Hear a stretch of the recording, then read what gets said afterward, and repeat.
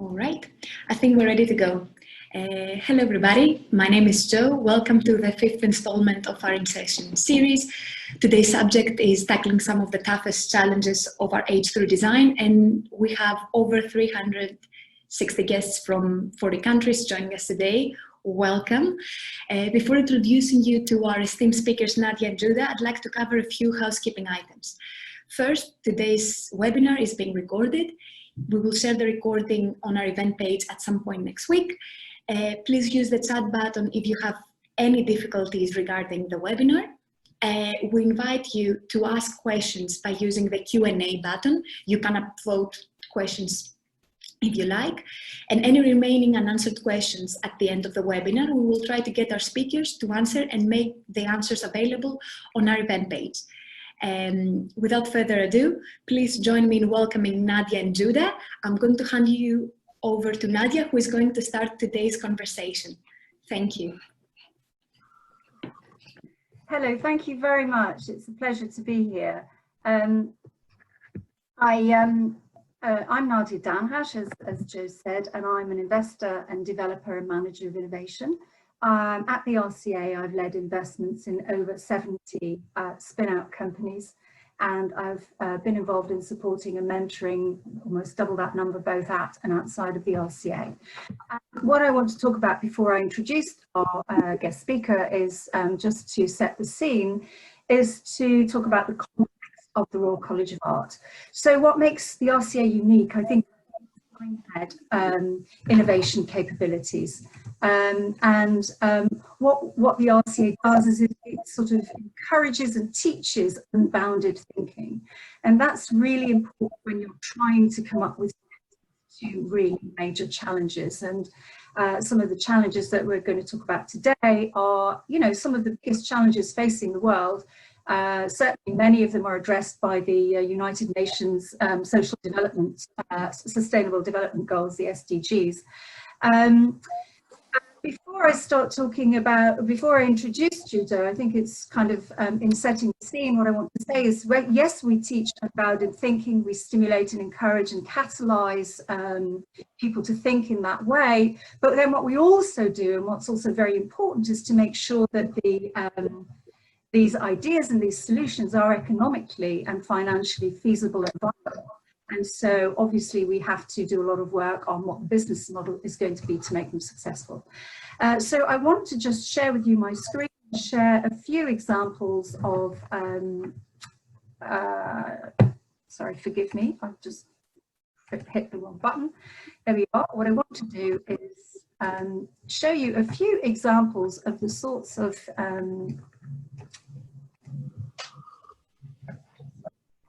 innovations that we're talking about. So this is what I hope you can see is an example of a spin-out company called Ichthion, looking at the social sustainable development goal, the SDG, focused on life below water.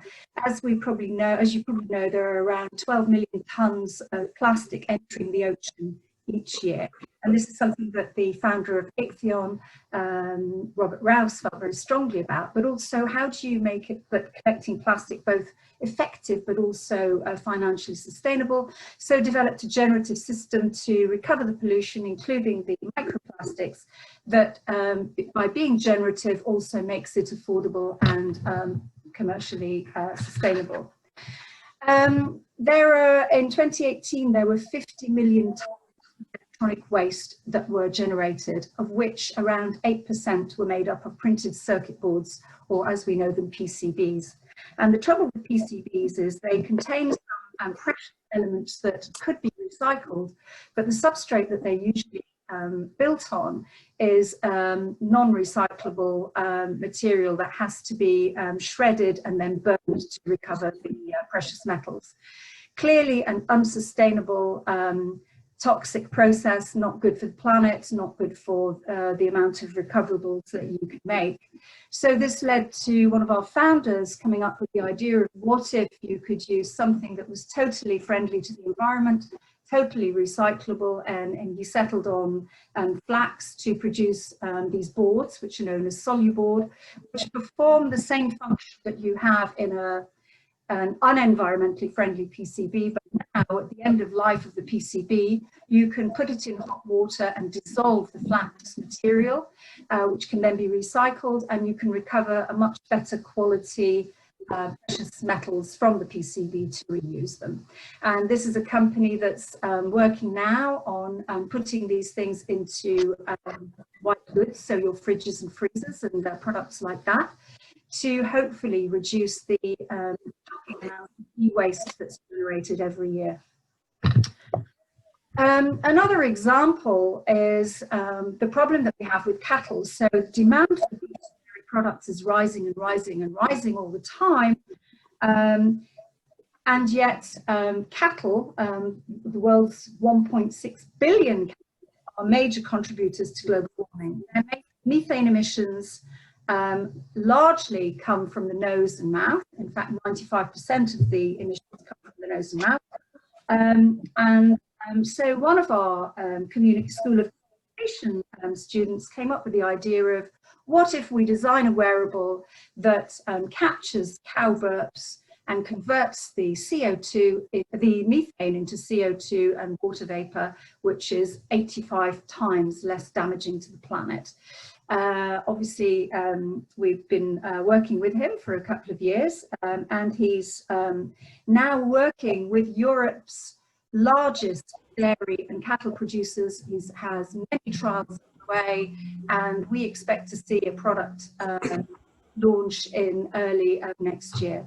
So a very exciting venture, and you could think on the face of it surprising that a communications student has come up with a solution, but the interdisciplinary way of thinking, the design thinking, which encourages people to really think beyond boundaries and think the unimaginable, is certainly the way that it's gone. Another example is another agri-tech company that we have is Alongbee. So Alongbee is looking at the problem of the fact that 75% of our crops need to be pollinated, but we all know there's a problem with bees and bee health all over the world. There are actually natural pollinators called flies. Flies make up 30% of pollinators. They're just not terribly efficient. They're not as good as bees. So what Alongbee is doing is working on making them better pollinators by simply curating their flight paths through the crops and orchards that need to be pollinated. So very simple Internet of Things idea to improve and address the problem of making sure that there is enough food to feed the planet. Another challenge, which many of you are aware of, is the fact that 60% of the world's population don't have access to safely managed sanitation, and diseases caused by poor sanitation are killing 4,500 deaths a day. I mean, it's a shocking number, which one of our then students, Virginia Gardner, was very concerned about, which led her to develop a waterless toilet system that would be feasible in parts of the world that also don't have access to clean drinking water. But in order to make this actually affordable, she needed to come up with the economics for the process that would make it actually implementable. And she's been working for a number of years. The toilets now are being used by more than 300,000 people in Madagascar and the Philippines. And the solution was, on the face of it, quite simple, required a lot of work, but basically, let's convert the waste into energy and fertilizer, thereby making a fully closed system that's affordable, but providing good and accessible and healthy, safe sanitation. And then we come to social innovation, and which is another key challenge that RCA innovators are working on. And it's what you see in front of you is an image of InHouse Records, which is the world's first record label, set up in a prison, set up by our guest, Judah Armani, who's also the founder of Public Service Design.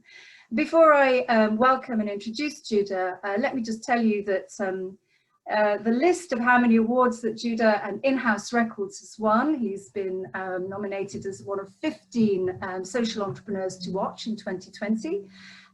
He's a gold medal from the London Design Awards for Best Community Innovation, IF Design Social Impact Prize, and the list just goes on and on. But let me introduce and welcome Judah. So Judah, just have to stop sharing. Bear with me a sec. I can't multitask. Is it gone? Yes, it's gone. Okay, Judah, welcome. Judah, you, looking at your background, you studied design, had a career in the music industry, and then you started to work with social innovation, setting up public service, working with rough sleepers and homelessness, human rights, CSR. More recently, you did a master's degree at the Royal College of Art, got a first for service design in your degree, and you launched, during your degree, you launched InHouse Records. So could I just ask you, before I ask you to tell us more about InHouse, just to, in your own words, tell us about this move from the music industry to social innovation, please.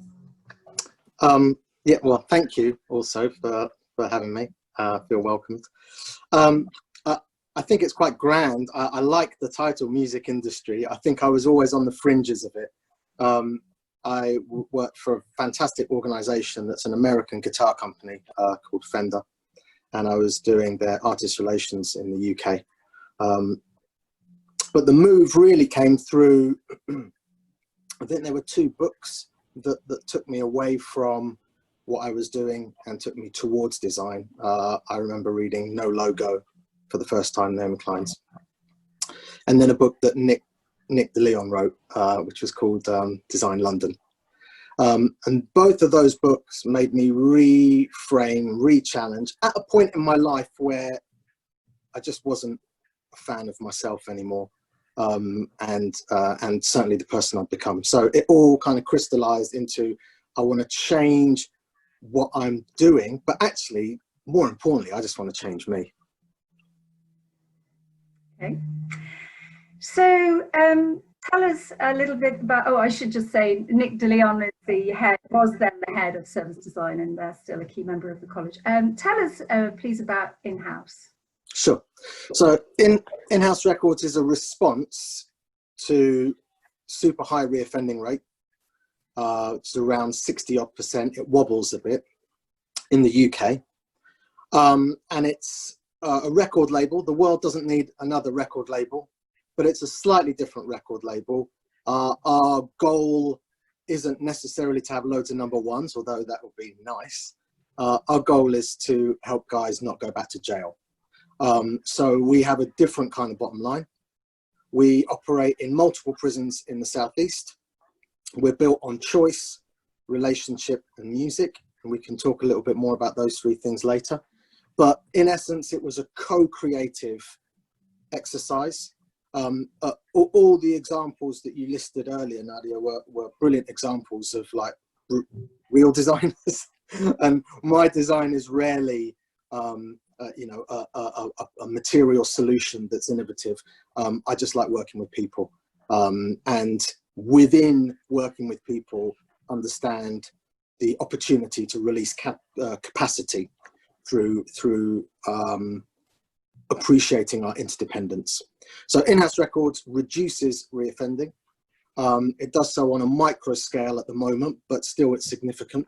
And we do that through using music as an aspiration and development of relationships. Thank you. So you talked about, you mentioned three things: choice, relationship, and music. And I immediately wonder, how did Prisoners, when you first got started, I mean, now you're in several prisons, but when you started with one, and how did the Prisoners react to you coming in with yet another intervention, potentially?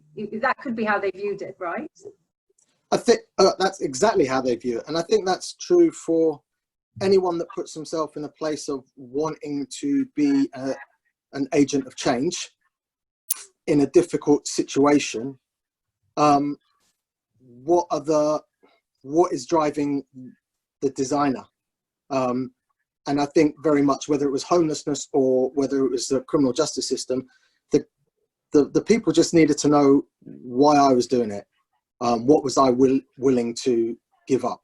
And I was doing it because I wanted change, both for myself.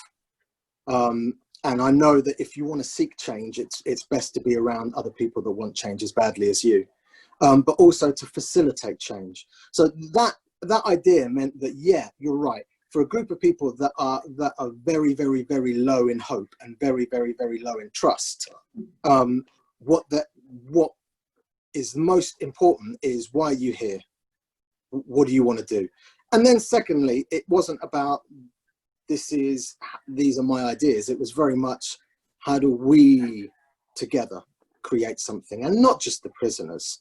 All means everybody that's part of the problem space. And usually the problem space is a lot bigger than we think it is. So yes, prisoners, but also officers, also governors, also probation, also businesses, also designers. We're all involved in this narrative, in this conversation. And tell us more about, you're thinking about, okay, we'll do a record label in a prison, but what does that actually mean in practice? How does it work? So in practice, it's a slightly difficult challenge. It's the equivalent of having a football team where you never turn anyone away. So everybody's welcome, everybody's accepted. And that's brilliant for inclusivity. It probably means you might not win many games. So how do we get the balance of creating an aspirational place, but also we're providing the space to develop both human and social capital, both the technical skills and the core competencies? So the first thing is that it is interesting, it's aspirational. It's something that will get the guys off the wing. We've got 86,000 people in our prison, roughly, in the UK prisons right now. The majority of whom don't engage in work, employment, and find it difficult to engage in educational services. That's partly because what's on offer doesn't quite meet their aspirations. And partly because actually it might not be advertised in the right way, or there's bridges that need to be crossed. So firstly, this is about music, it's aspirational, and that came through from the conversations with the guys. Secondly, it's about repurposing skills. So we focus on what's strong, not what's wrong. A lot of the guys in our UK prisons have very, very strong competencies, very strong skills. Not across the board, but certainly in some areas. And so actually, can we understand that skills are neutral and neither positive or negative? You could have a really good skill set of understanding portion pricing and product and stock and supply and flow and demand. And you can choose to use that illegally within a drug syndicate, or you could choose to use that legally, potentially maybe within the music industry. So understanding where people are at, understanding the strong skill sets, and being able to build bridges to where actually those skill sets could be repurposed and enhanced through something that's aspirational. Okay, great. And I think you touched on it, but just to sort of, what were the choices that prisoners could have? If they don't do in-house, what other choices are there that they can be engaged in prison? I mean, it's definitely changing now, but certainly when we started just almost 3 years ago, there were limited choices. And this isn't about the prison service not wanting to provide choice. It's just about there is a shortage of people that want to work within this area. The prison service are desperately trying to find different choices, but on offer could be, industrial cleaning, could be more work that's more synonymous with labouring. And none of these are bad jobs inherently or wrong. But actually, my limited experience of working within the prison system has made me realise that the majority of people I work with are highly skilled, and actually in the right scenario would be able to apply their skill sets to a completely different range of jobs. And the aspirations shouldn't be necessarily to leave prison to get the lowest level job that is possible. but I would say the majority of the guys I speak to have certain skills and capabilities that could go straight into management because they have been managing people, but actually not quite connected those with other sets of skills, predominantly how we do relationship and maintain relationship, referred to as like dialogic skills or core competencies. And during lockdown, has that been a challenge in the prisons, and how has InHouse adapted to that? Yeah, it's been really difficult. It's been difficult for lots of reasons. For me personally, it's difficult because I realise I'm on the side of lockdown being an inconvenience, and there are people on the side that lockdown is a disaster, or worse still. So how do I use that privileged space of lockdown being an inconvenience to try and enact change for those that are in a difficult space? Remember, we said there's about 80,000 people in prisons right now. When lockdown happened, that meant that predominantly they are locked in their cells for 23 and a half hours a day. And the activities that they're given range, but are quite limited. And that's dependent on a lot of outside organizations creating packs that can engage with the prisoners, the standard of which just hasn't been great. So 18 weeks ago, we decided to completely pivot everything we did. And instead of being a record label, we became a music magazine.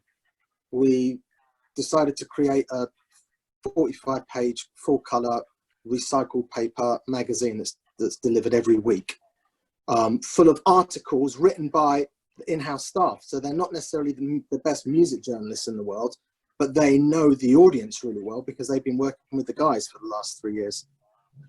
And the magazine was created in a way to focus attention on something that's meaningful. And we run across a range of topics, from culture to songwriting to beat making to producing, around genres that we know that the guys really show interest to.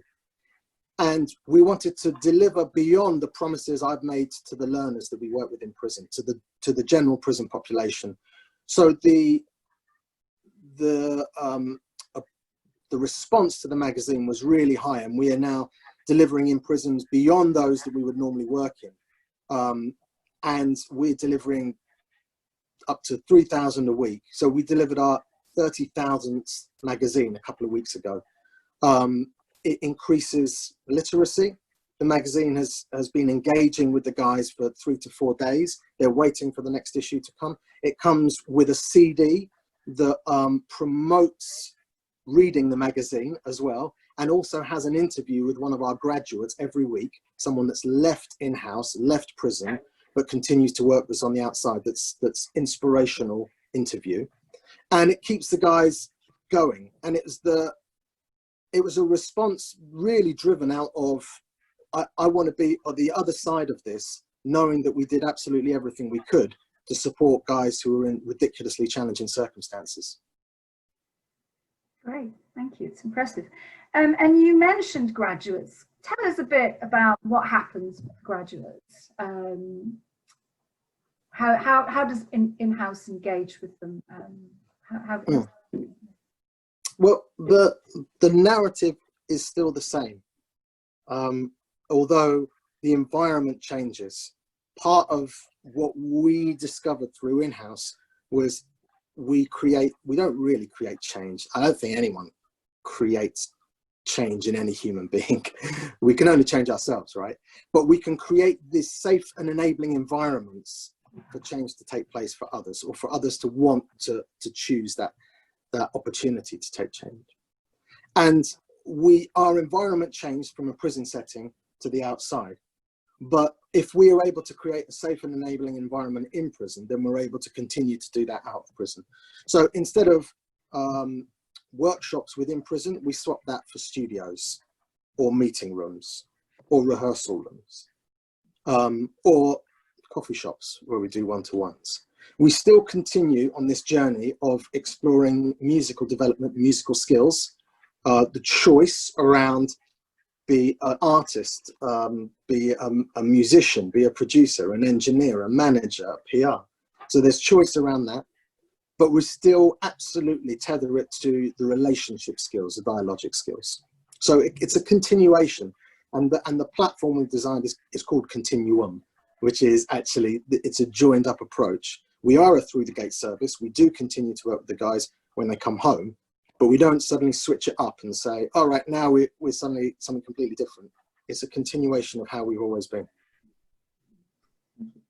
And your vision, is your vision that this platform Continuum will, currently it's music record label, could it be other things? Will it be other things? I mean, I think the vision is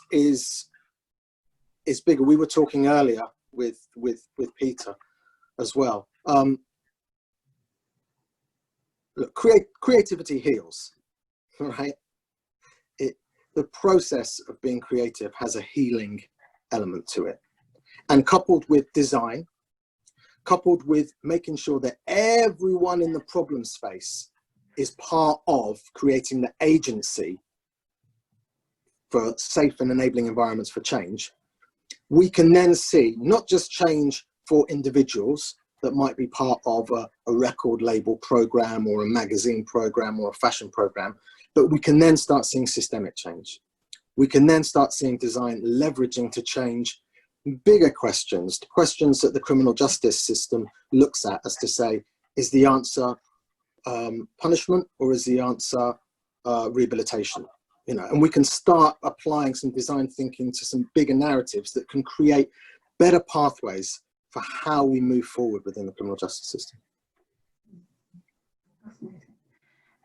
I was very privileged to attend a concert given by InHouse in a prison down in Kent, and I just think it would be great if, for the benefit of our audience, talk about these events that you do, because yeah, I mean, it was really heartening and a real privilege to attend one.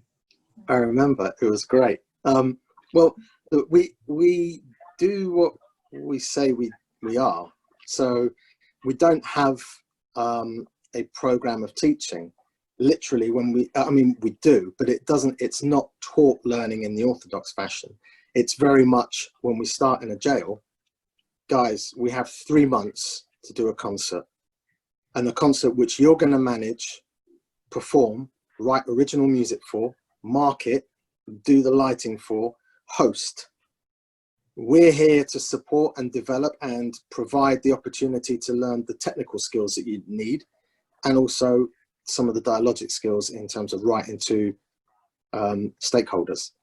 And so this is a rolling narrative. Every 3 months there's a gig in the jail. In the same way that, as we were talking about Continuum, every 3 months prior to lockdown, there was a gig on the outside too. So this idea of we use these milestones, these performance milestones, as an opportunity to focus energy on unorthodox ways of discovery and learning. So one of the questions that I had, but also has come in and is proving very popular with our audience, is tell us a little bit about the challenges that you had to deal with in terms of getting this started with the prison system, the Ministry of Justice, and how, if did design help, and how, if design thinking helped you in that process at all? Yeah, I mean, the challenges are really much more internal than the difficulties of breaking into the criminal justice, into the Ministry of Justice or Her Majesty's Prison and Probation Service. And by internal, I mean there just aren't enough creatives operating in that space. And I think if we have an ability as creatives and as designers to want to create change, if that's our passion, if that's what's driving us, then we need to explore these spaces, because there just isn't a representation there. It wasn't really that difficult, partly because I wasn't going there with an understanding of what was going to happen. I literally was approaching the prison saying, I have no idea, really. And in fact, I'm only going to get a better idea if I can spend more time with you, with some of your staff, with some of your prisoners, and maybe as a result of what we do, we might be able to create something. But it was done with an open hand. It was done speculatively. It was done very transparently, with my desires for what the outcomes could be laid out very, very quickly. So the challenges weren't really there in terms of starting this. Of course, there are challenges in terms of continuing a delivery of a service that any education provider will face in prison. Challenges of your sessions get cut without any notice because there's a shortage of officers. Challenge of working with learners for a couple of months and developing a really good rapport, but then the next day they've been transferred to another prison because actually that's part of the narrative in terms of their sentence plan. Challenges of working, you know, trying to record music in a place where actually getting any kind of like technology into the prison is a no-no, and it's difficult. And so working very, very closely with security and with the positive narrative of the governors. The irony is that actually my experience has been the prison service is full of like just people that want to see this change.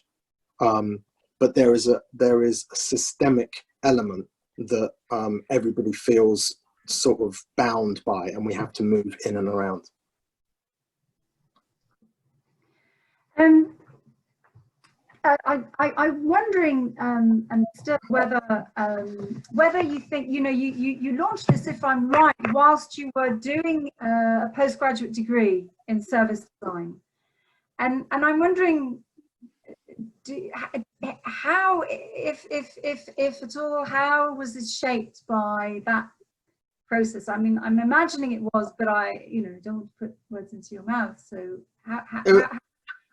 yeah, it was shaped massively by, I mean, I referenced two books that I read when I was in the midst of, I mean, we say the music industry, it's glorifying it too much. I was A&R for a guitar company, which predominantly meant I was delivering guitars to artists pretty much.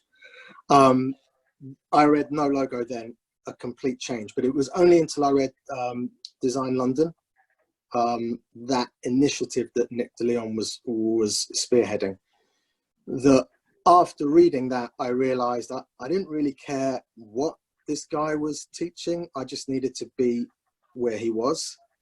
And I contacted him, and he was doing this thing called service design at the Royal College of Art. Didn't make any difference to me. I needed to be part of that. So I managed to somehow convince him in the interview that I'd be a worthy student, however mature and however unlike the background of any other student that was there. And I think he took a massive risk on me. The service design, there's a service design second year student at the RCA right now called Alessandro, and he wrote a dissertation last year on service design being an approach, which always stuck with me, and I really like that. And I can, that resounds with me, because you can come from any discipline, you can come from any background, you can come from any creative or non-creative space. Service design is a way of, as a lens of being able to view not only your own practice, but actually how you want to engage further. So it's a process that I've richly benefited from, not just Nick, but the other tutors as well within the RCA, in terms of being able to have a methodology of understanding, looking from different angles, applying a different set of lenses of which we can interrogate the issue and the problem, and then begin to refine with all in the problem space, but with the starting point being failure, and to celebrate failure, and to make friends with it, to make it our ally. And then all of us, all in the problem space, create the opportunity to have the space for change. So service design absolutely packaged and reframed what I'd been missing, because I'd spent 10 years working in and around homelessness and predominantly making all the mistakes you could imagine making, housing people when they weren't ready, pushing people into jobs when they probably weren't in that space, and looking back on a decade of my life and thinking, what am I doing? I'm just doing this for me, and not really having the skills and the design approach and the thinking that that service design at RCA gave me. So it's fundamental. A couple of people have just flagged up that they didn't catch the name of the book. So the book was Design London, written by Nick de Leon. I'm right in saying, yes? Yeah. A couple of questions we've had also about the graduates of the programme, and if you could share any success stories on the graduates in the programme. Yeah, so remember we talked at the beginning of like in-house is a different kind of label. So for us, our bottom line isn't selling music, although that's something that is going to happen. But success for us is guys not going back to prison. And at the moment, no one has. So our reoffending still is incredibly, amazingly, unimaginably at 0% compared to the 63% of the nation right now. Now, we're tiny, we're micro, we're talking about hundreds of guys, not 86,000.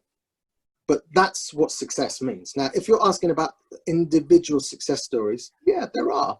But success is around being able to do relationship well.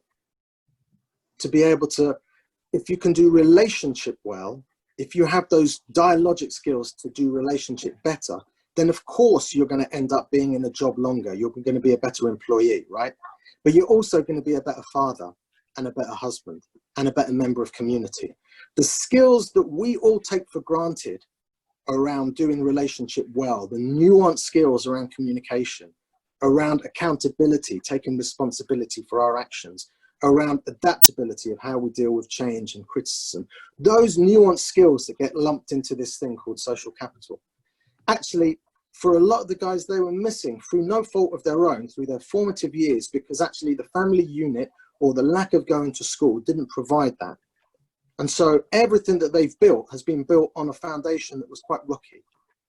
So success, absolutely, I can point to success stories, but they might not look as successful as maybe other people might assume. Well, I think it's pretty impressive when to say that, you know, your graduates are not reoffending. You know, that's fantastic. Congratulations. Thank you. We've had some questions from our audience about how this great work is funded. I wonder if you could. Yeah. So there's the work that we do in prison is funded by the prisons. Each prison pays as if we were an education provider. In-house is set up as a not-for-profit. So whatever we get through is either spent on staff that deliver this in prison or on resettlement programs to supporting our graduates. The work we do on the outside doesn't have a client because reoffending doesn't seem to be anybody's responsibility. So that element is part supported by the work we do in prison, part supported by organizations like Nesta that gave us a social investment loan to be able to carry out that graduate work. And to be honest, all of this was made possible at the very beginning with, you know, your organization, Nadia, taking a risk with in-house and investing in in-house before anybody else did, before any award was won, before anything really was more than just an idea, while I was still a student at RCA. Those kind of elements have helped us. So to answer the question, the work we do in prison is supported by the prisons. We provide a service of education. Our service of education is measured not by the reduction of reoffending, but by increase in engagement, decrease in negative behavior, increase in positive behavior, reduction in violence, development of technical skills, development of core competencies. That's what we provide in prison. And what we do out of prison is we carry on the same way, we just don't get funding for that.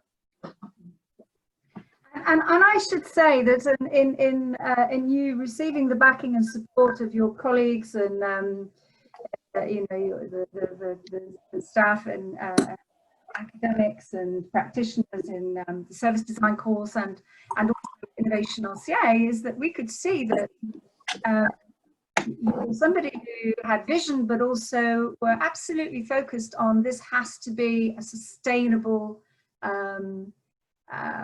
it has to be a sustainable innovation. It's not something I'm going to do and then it'll who knows how it'll fund itself. You were very clear from the start about how this had to be funded, and you know, that's really important. And we do, you know, we all see people with great ideas, but actually they just no clue about how these things are going to fund themselves and keep going. And that's a really significant difference.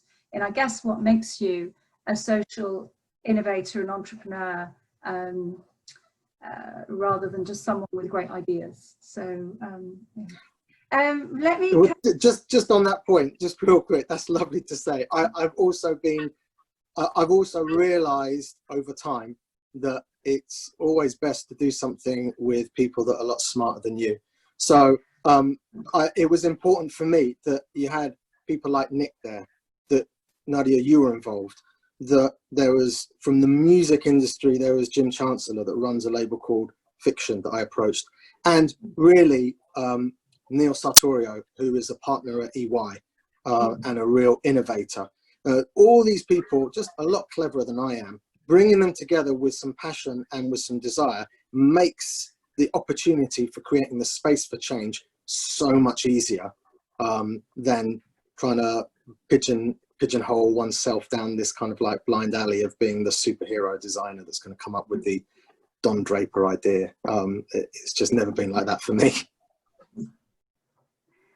Okay, thank you.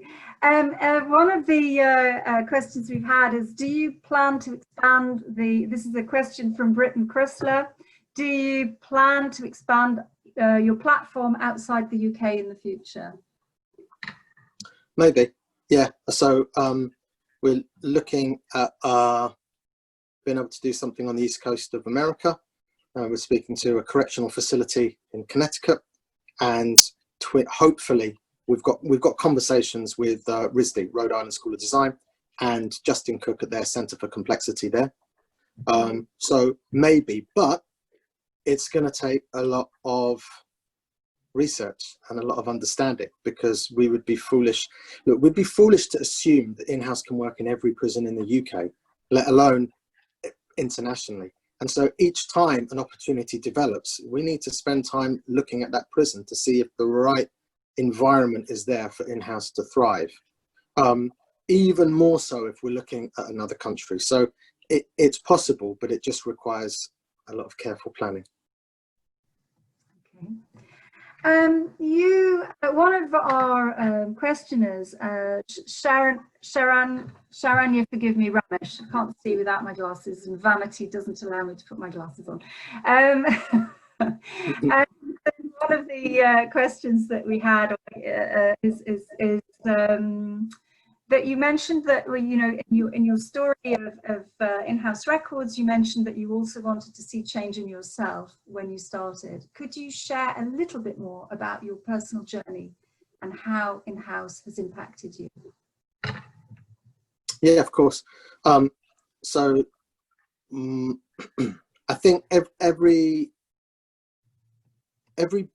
who works in the creative sector develops a practice. For me, my practice is based on three things, like a triangle.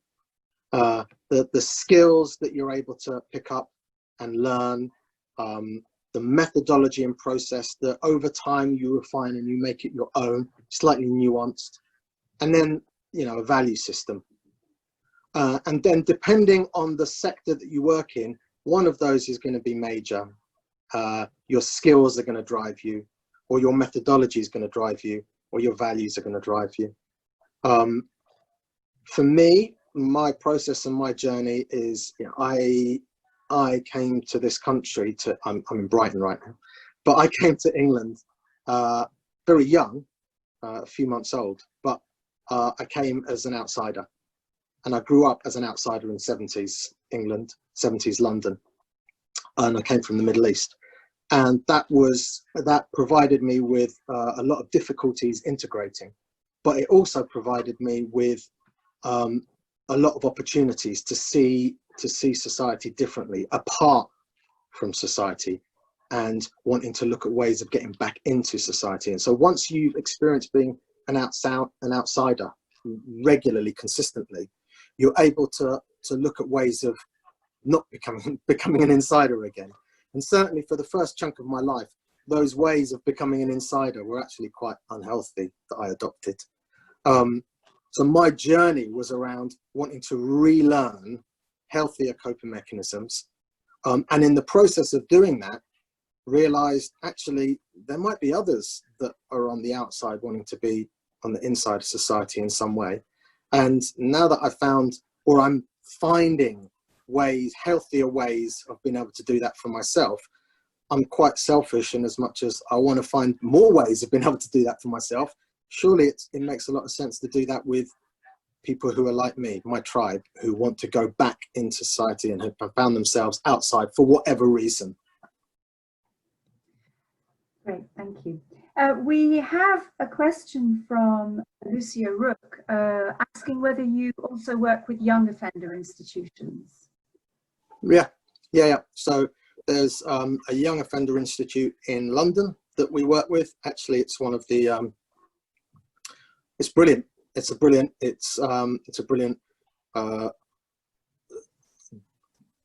prison. It's doing really well, and it's got some really great initiatives already in place. You know, nothing to do with InHouse, and we happen to be there because the governor there is just really particularly forward-thinking. So it's the challenges are different and they're more nuanced, but you know, because we spend time before going into each prison to understand what are the dynamics, what is different here, what does choice look like, what does relationship look like, and what is the aspiration of music, then we're able to try and get the EQ just right before we move into a prison. But I guess the short answer to that question is yes, we do.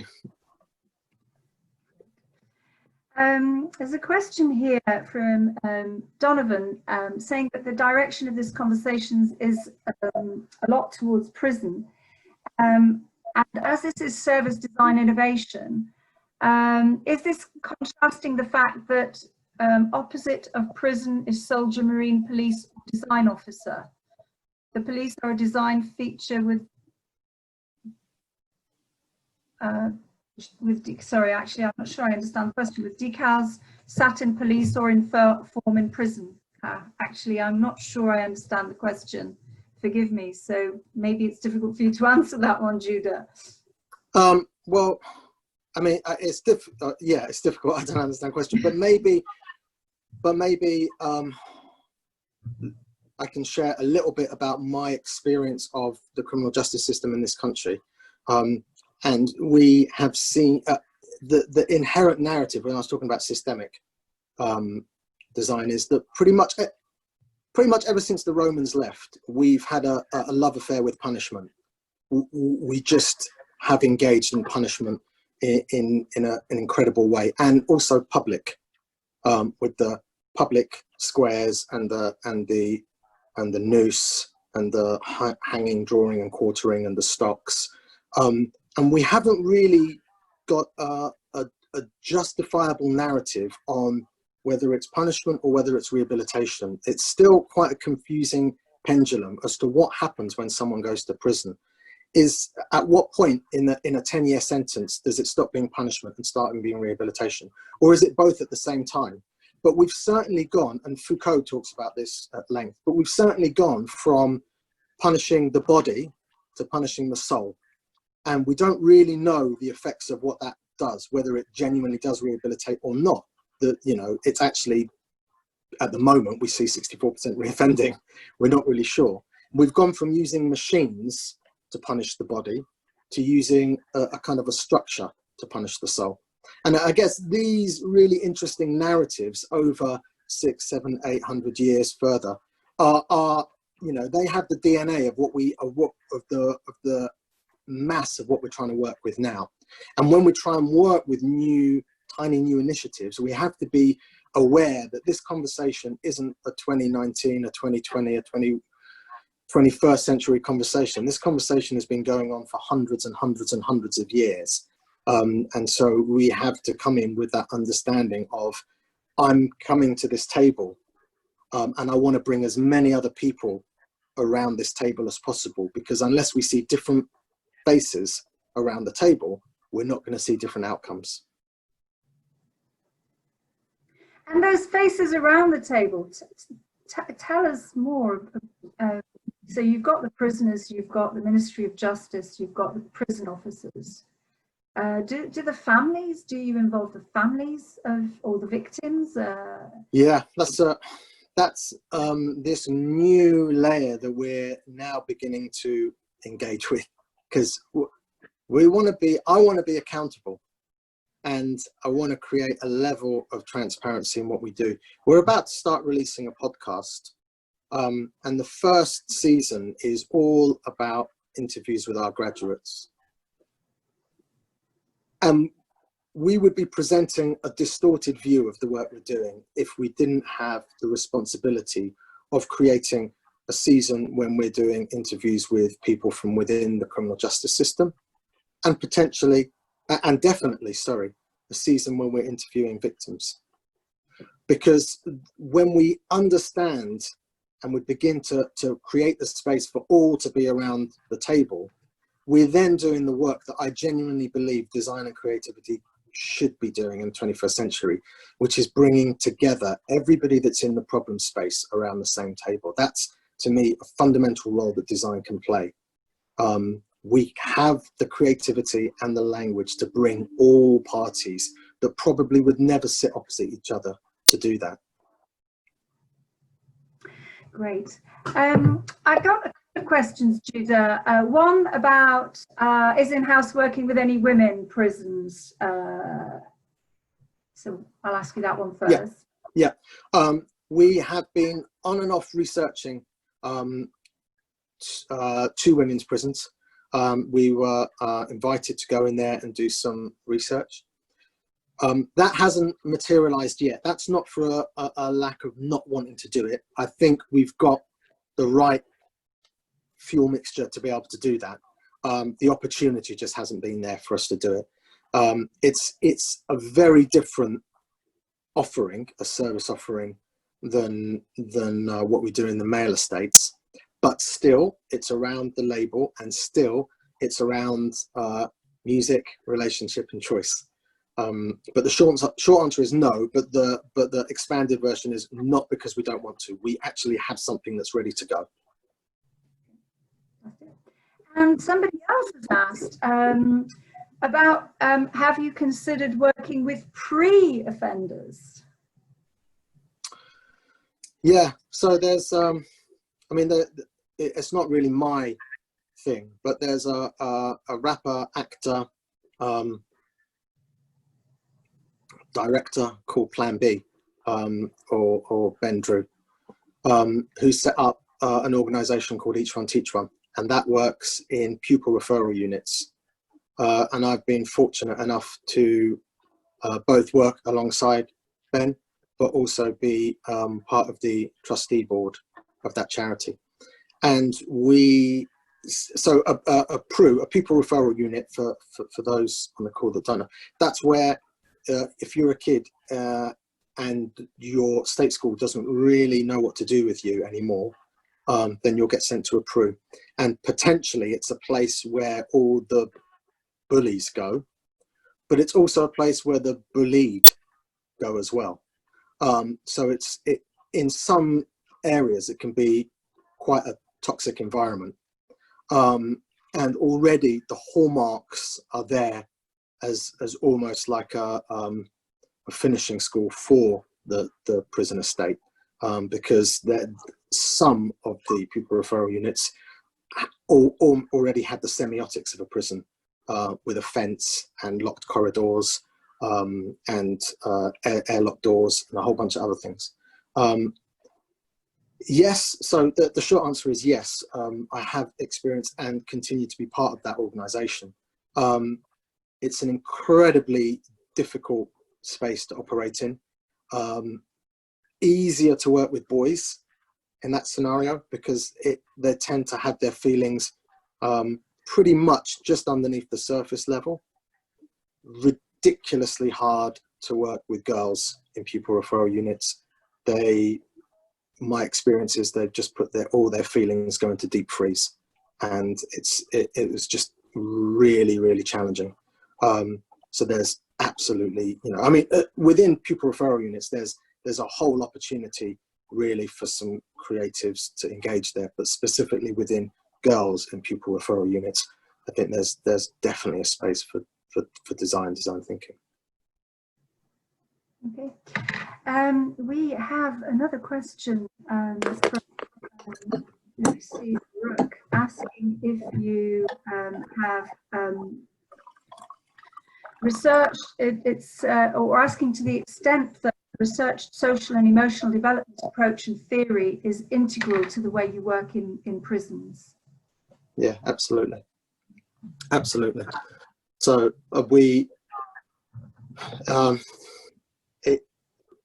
when I talked earlier about capital, about the understanding of human and social capital, and to some degrees cultural and economic capital, but it's just unfortunately the consequence of life and the consequence of being born in the randomness of the postcode that you happen to be born in, that means that not only are your opportunities potentially limited, but the input that you would get from formative years, from school years, from those that you would expect would be providing dialogic skills, emotional intelligence, technical skills, all of those things are just lacking. And so the question is absolutely spot on. It's a lot of backtracking to explore both of those skill sets, because the guys predominantly present themselves as really capable, smart entrepreneurs, albeit illegal. Oh, we seem to have lost. Oh, sorry. But still illegal entrepreneurs, but still entrepreneurs. And our role very much is to try and piece together what are the social or the relational skills that are important and necessary for them that they actually aspire to, whilst focusing on what's already strong in them to encourage and enhance that. So with most of the work I do in social change, it's always around understanding our interdependency that can release internal capacity. And then when individuals have internal capacity released, then we can actually see systemic change. Tell me about your team. I mean, you're working with prisoners, you're working with prison officers, you're working in quite stressful emotional situations, working to unlock potential and create change, or enable change as you described it. What about your team? There must be a certain amount of pastoral care and nurturing required of the team. Yeah, absolutely. InHouse Records has 14 staff, and they're all amazing people who are driven by passion, but come with music skills. It was really important to me as InHouse unfolded to be able to understand who is going to be able to deliver these sessions. And actually, when you look a little bit wider at the music industry, you see there are a lot of people involved in the industry that maybe come from a session music background, or from a background where they're maybe doing a couple of jobs. And so there's a huge pool potentially of people to engage with. it happens that another layer on terms of music skills is a passion to want to see change. So we have a brilliant team of 14 people that have responded amazingly to 18 weeks ago, the challenge of saying, right, you're all not anymore your music educational people, you're now music journalists. Yes, there's an element of support and care. In the same way that, you know, I guess any employer would want to see the guys become the best versions of themselves, the guys to develop and enhance their skills and have incredible careers beyond in-house, absolutely. So that heart is there, and actually I think if it wasn't there, then we would be disingenuous in what we were doing and trying to be able to create for the guys in prison if we're not able to show the same desire for development, care and concern for the staff that are delivering that. Yeah. Great. Judah, it's been a real privilege to have a chance to talk to you and hear about your work and InHouse Records. Thank you very, very much indeed. Thank you. Truly fascinating. Social innovator and enabler of change. Thank you very, very much. And I'm now going to hand over back to Joe. Thank you, Nadia.